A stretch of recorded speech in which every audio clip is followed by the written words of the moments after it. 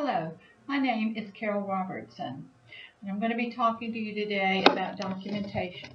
All information in this presentation has been taken from the ASPM 45-2. The current version is posted but will not be available for use until 12/1/2016. The revisions have been taken into consideration with this presentation. Documentation requirements are taken from the Records Manual and Documentation Manual for providers of publicly funded MHIDD SA services. As I just said, this manual was revised and the new version will be effective 12/1. Each service definition, whether state-funded or Medicaid, has details regarding what should be included in the note, including staff qualifications, training, and eligibility for the service. All of this should be reflected in the medical record. A service note is the heart of the clinical record. It is the only evidence you have to indicate that the service was provided as you billed it. It is the legal record you have to indicate you provided the service as outlined in the definition and/or policy.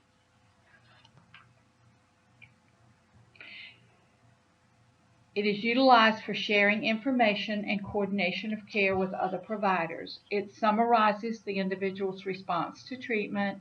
It serves as a planning tool and reflects significant events that may impact progress throughout the treatment.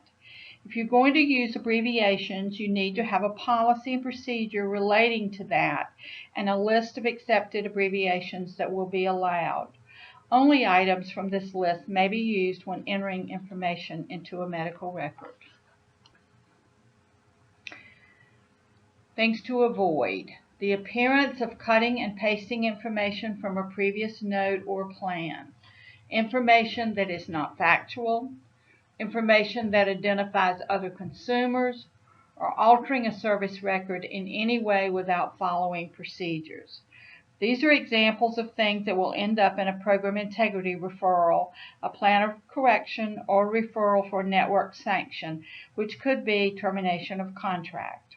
Altering the service record, such as using whiteout, is not allowed. An initial strike-through is the appropriate way to make a change, or an addendum to the note is another way. Addendums must be signed and dated just as the note is. These are the required elements of a service note: the name of the individual receiving the note, the medical record number, the Medicaid ID number, if appropriate, must appear on every page. The remainder of the content includes a full date of service, the month, the date, the year, the name of the service, what type of contact was made, face-to-face, phone call, the place of service, and the purpose of the contact. The purpose is tied to the PCP or the treatment plan. A description of the intervention, including the time spent and the results.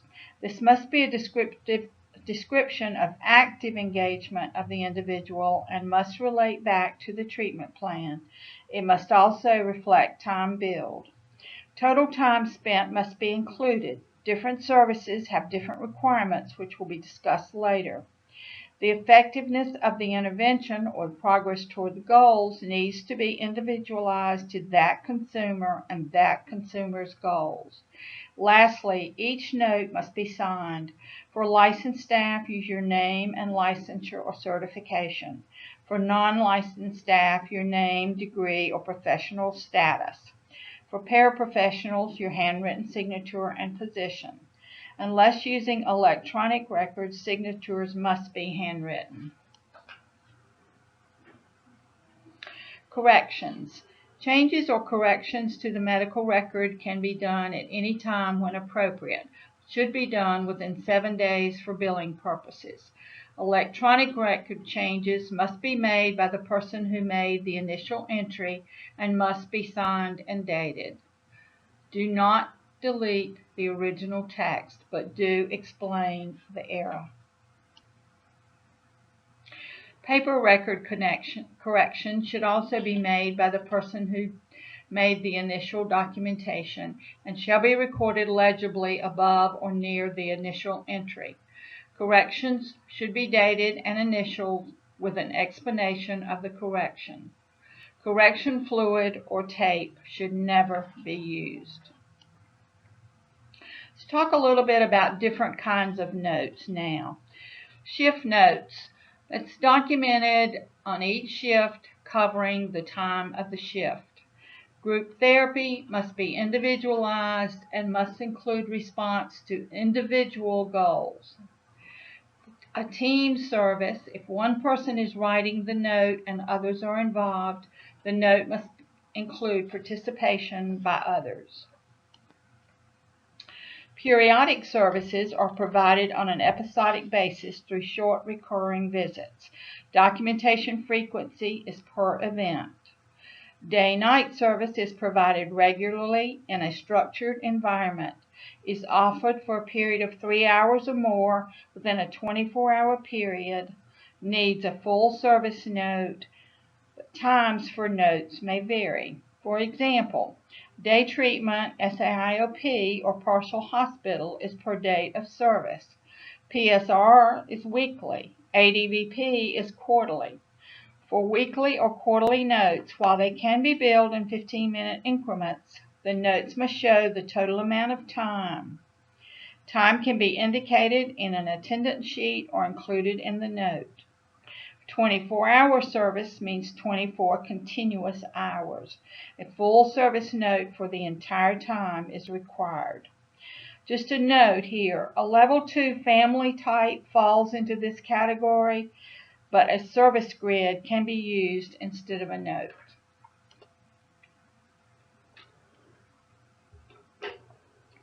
Service grid requirements are similar to the other requirements. It is the name, the record number, the Medicaid ID, the full date is shown in month, day, and year, the goals to be addressed, a key relating to a specific goal with interventions and assessment, and progress toward goals, duration, initials, and any information that needs to be added.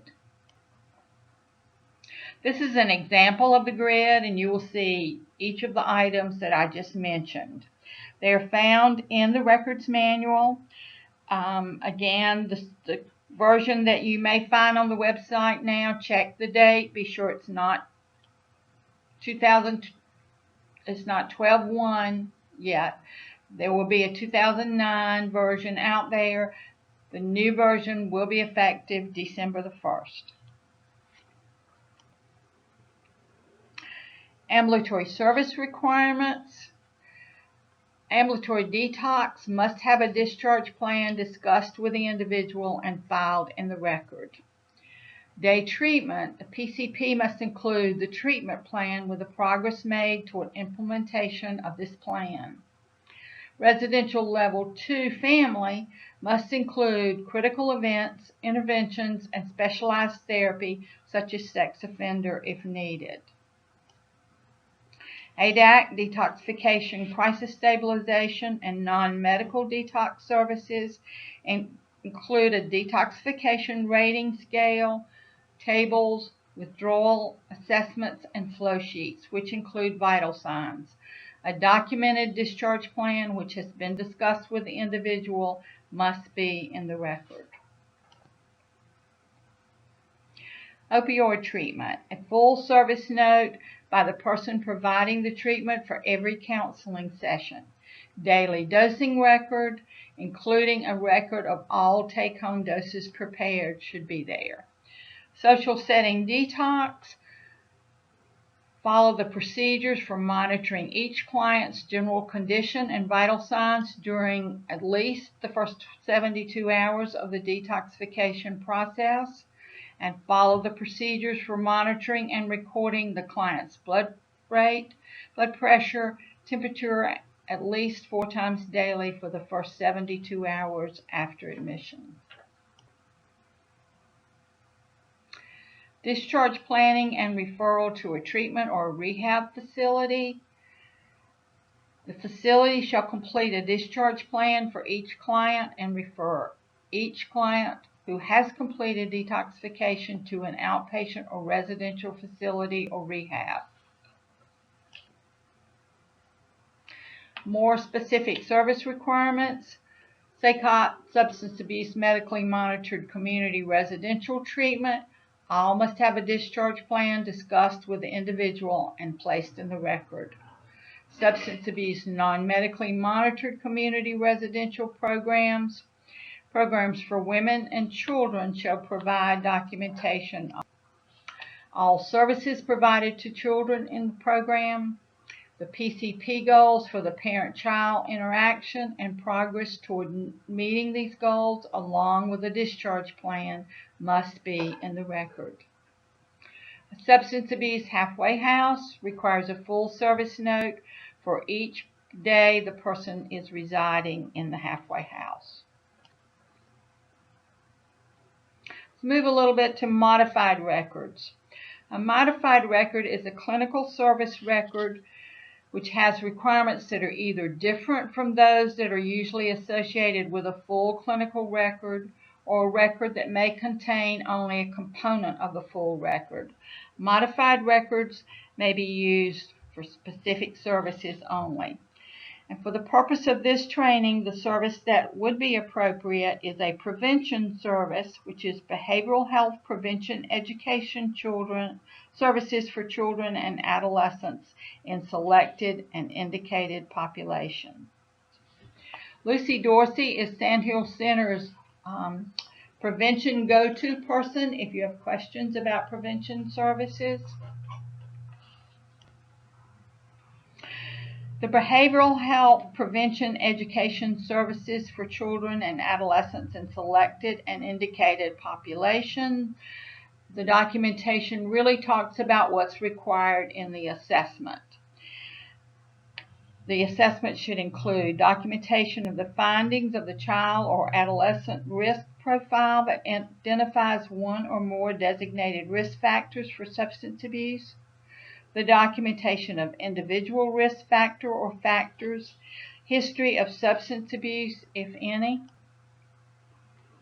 a description of the child or adolescent's current substance use patterns, if any, and attitudes towards use, and other relevant histories and mental status that are sufficient to rule out other conditions suggesting the need for further assessments or treatments. The service plan shall be based on the identification of all of the above needs and risk factors, recognizing the strengths, supports, and protective factors. It shall match the profile with the appropriate evidence-based practices and must be signed by the participant and parent or legally responsible person.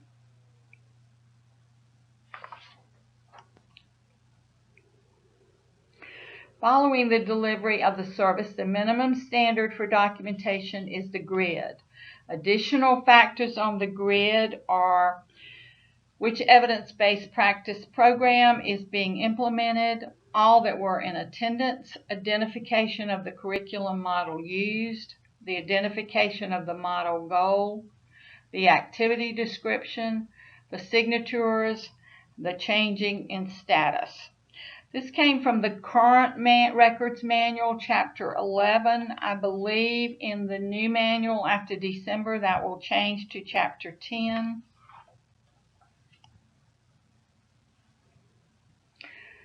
Late entries. Notes are to be documented within 24 hours of completion of the service. For periodic services after 24 hours, the note should be indicated as late. Only notes indicated as late from day 2 through 7 can be billed. Notes written day 8 or later are not billable. Notes that are late but not indicated as late will not be accepted on monitoring visits or audits.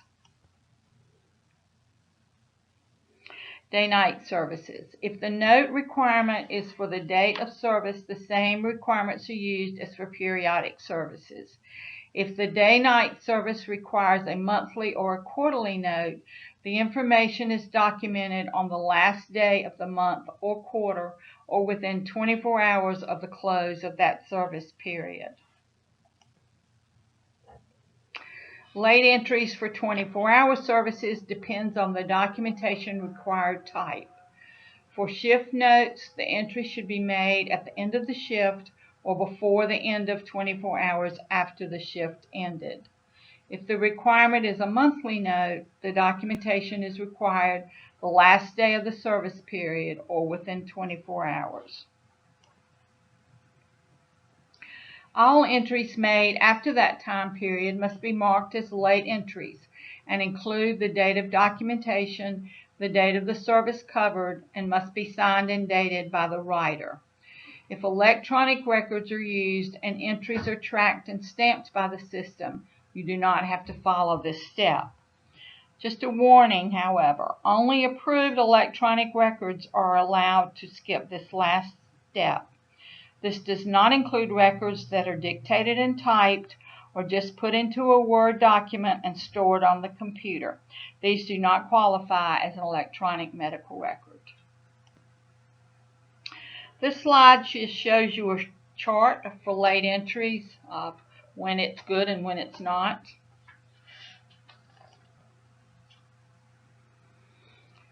Okay, let's talk a little bit about signatures. All entries must be signed and dated. Each signature must contain the appropriate credentials, degrees, licensure, and/or title of person entering the information into the record. Electronic signatures, the provider should be given the opportunity to review. For professionals, the signature with credentials, degrees, or licensure of the clinician. Licensed professionals include LCSWs, LPCs, LPAs, etc. For non-licensed professional, your full signature is used. Once an entry has been signed electronically, the system will prevent it from being deleted or altered. If errors are found later, an addendum should be added. Passwords or other personal identifiers should be used and changed at intervals. An electronic signature is under the sole control of the person using it. It cannot be delegated to another person. You should have policies and procedures to safeguard against unauthorized use of electronic signatures. What staff should do if the application for documentation is unavailable, and a list of staff who are authorized to use electronic signatures which your governing body has authorized. Informed consent. Informed consent is required in many situations, such as the release of information, consent for treatment, and re-release of information. The consent to release substance abuse information is even more restrictive due to additional federal requirements. I've paraphrased the Rule 10A NCAC 27D 0303. You need to be aware what the full rule includes, but briefly, each client or legally responsible person shall be informed in a manner that the client or legally responsible person can understand about the alleged benefits, the potential risk, and possible alternative methods of treatment, rehabilitation, and the length of time for which the consent is valid. They should be informed of the procedures that are to be followed if he or she chooses to withdraw consent. The consent will be in writing and the documentation placed in the medical record. A minor may give consent to a physician for prevention, diagnoses, and treatment of venereal diseases, pregnancy, abuse of controlled substances, or alcohol and emotional disturbances. Required elements of a consent related to confidentiality of alcohol and drug abuse must contain the specific name or specific designation of a program or a person permitted to make the disclosure. the name or the title of the individual or name of the organization to which disclosure is to be made, the name of the patient, the purpose of the disclosure, how much and what kind of information is to be disclosed, the signature of the patient or the legally responsible person, the date when it was signed, and the date when it expires, to ensure that it is no longer necessary to serve the purpose for which it was given. A statement that consent is subject to revocation at any time except to the extent that the program or person which is to make the disclosure has already acted in reliance on it. A disclosure for which consent has expired or has been revoked is not valid. For work-first consumers, there must be a signed release of information between the individual's county DSS and the provider to communicate regarding the assessment and the disposition. Just a reminder here, for consents for any reason to any schools or any other local agencies, be sure to include the full name of the school or the agency and the name of the county. Redisclosure is found in the Code of Federal Regulations. You have the site at the top of the slide. Each disclosure is made with the patient's written consent and must be accompanied by the following statement. This information has been disclosed to you from records protected by federal confidentiality rules. The federal rules prohibit you from making any further disclosure of this information unless further disclosure is expressly permitted by written consent of the person to whom it pertains or is otherwise permitted in the code. A general authorization for the release of medical or other information is not sufficient for this purpose. The federal rules restrict any use of the information to criminally investigate or prosecute any alcohol or drug abuse patient. I'm going through each item that's found on the consent form just to remind you that you cannot leave these items blank. From top to bottom, you need the client name and the date of birth. You need the medical record number, who the record is being released to, what is the purpose of the release, and again, if it's a county or county agency, be sure to put the county name in front of it. You also need to list specific information that is to be released, such as the PCP, service notes, the assessment, or etc. There could be multiple items under this. The expiration date cannot be left blank. The signature of the client or legally responsible person. This consent is not valid if not signed and dated. The second page of the consent form addresses revocation and must also be signed. The previous statement allows the patient to revoke the consent for information to be released with a date that shows consent is no longer valid. This can be done verbally, but still must be signed by the patient or legally responsible person. Just to recap, these slides have reviewed a lot of information that you've been given before. However, these are the items that continue to show up in audits, both internally and externally. I hope that you will keep these reminders close and refer to them if you are not sure about something. I also hope you will share with coworkers who may benefit from this information. Thank you for your time and attention.